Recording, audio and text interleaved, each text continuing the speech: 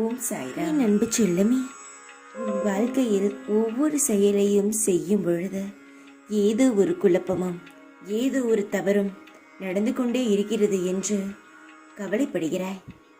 அதில் ஏதோ ஒரு காரணம் இருக்கிறது என்று மனதில் வைத்தாலே உனக்குள் இருக்கும் கவலையானது ஓடிவிடும்.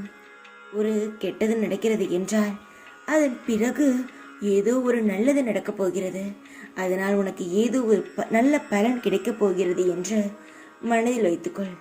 ஒரு கெட்டது நடக்கும் பொழுது இதோடு முடிந்தது என்று அந்த தெய்வத்திற்கு நன்றி சொல்லிவிட்டு அடுத்த செயலுக்கு நகர்ந்து செல். ஒரே இடத்தில் ஒரே செயலில் யோசித்து சிந்தித்து உட்கார்ந்திருந்தால் அடுத்த வேலையை நீ எப்படி செய்வாய்?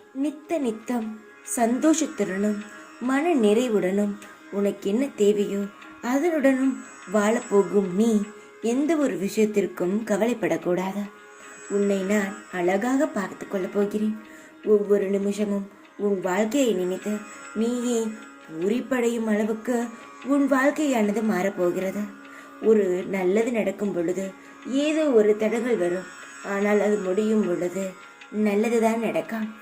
எந்த ஒரு விஷயத்திற்கும் கவலை இல்லாமல் நிதானமாக பொறுமையாக சிந்தித்து செயல்படும் பொழுது எல்லாவற்றுக்கும் விடை கிடைக்கும். நீ கவலைப்பட்டால் எந்த ஒரு பிரயோஜனமும் இருக்காது. நல்லது நினைத்துக்கொள். உனக்கு ஏதாவது கவலை வரும் பொழுது என்னையோ இல்லை உனக்கான இஷ்ட தெய்வத்தின் பெயரையோ உச்சரி. அப்பொழுது அதனுடைய கெட்டது விலகிவிட்டு நல்லது தானாகவே உன்னிடம் வந்து சேரும். தங்கமே, உன் வாழ்க்கையில் இந்த நிமிஷம் நடப்பது எல்லாம் ஒரு மாற்றத்திற்காக நடக்கிறது என்று நினைத்து கொண்டு சந்தோஷமாக ஏற்றுக்கொண்டு உன் மனதை சாந்தப்படுத்தி அமைதியாக இரு. எல்லாமே படிப்படியாக நடக்கும். இந்த வியாழன் நான் சொல்கிறேன், உனக்கு ஒரு பொன்னான வாழ்க்கை காத்திருக்கிறது. அதை நீதான் பிடித்து கொள்ள வேண்டும். தைரியமாக இரு.